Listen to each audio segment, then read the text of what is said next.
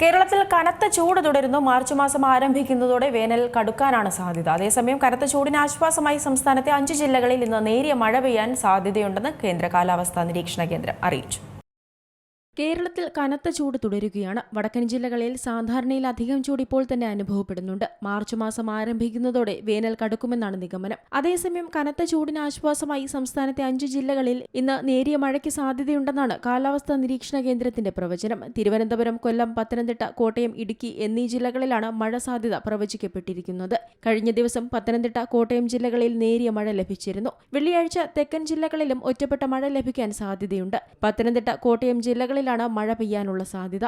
അതേസമയം ഇന്ന് മത്സ്യത്തൊഴിലാളികൾക്ക് ജാഗ്രതാ നിർദ്ദേശം നൽകിയിട്ടുണ്ട്. തെക്കൻ തമിഴ്നാട് തീരം, ഗൾഫ് ഓഫ് മാന്നാർ, അതിനോട് ചേർന്ന കന്യാകുമാരി പ്രദേശം എന്നിവിടങ്ങളിൽ ശക്തമായ കാറ്റിനും സാധ്യത പ്രവചിക്കപ്പെടുന്നുണ്ട്. മണിക്കൂറിൽ 45 മുതൽ 55 കിലോമീറ്റർ വരെയും ചില അവസരങ്ങളിൽ മണിക്കൂറിൽ 65 കിലോമീറ്റർ വരെയും വേഗതയിൽ കാറ്റ് വീശിയേക്കും.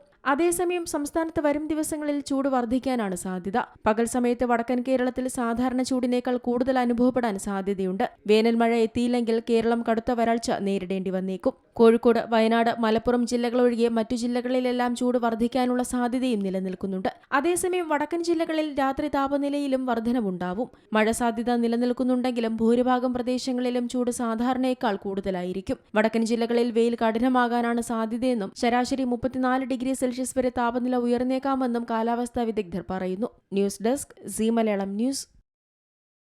ഏറ്റവും പുതിയ വാർത്തകളും വിശേഷങ്ങളും വിരൽ തുമ്പിലറിയാൻ സീ മലയാളം ന്യൂസ് എല്ലാ ഡിജിറ്റൽ പ്ലാറ്റ്ഫോമുകളിലും ലഭ്യം.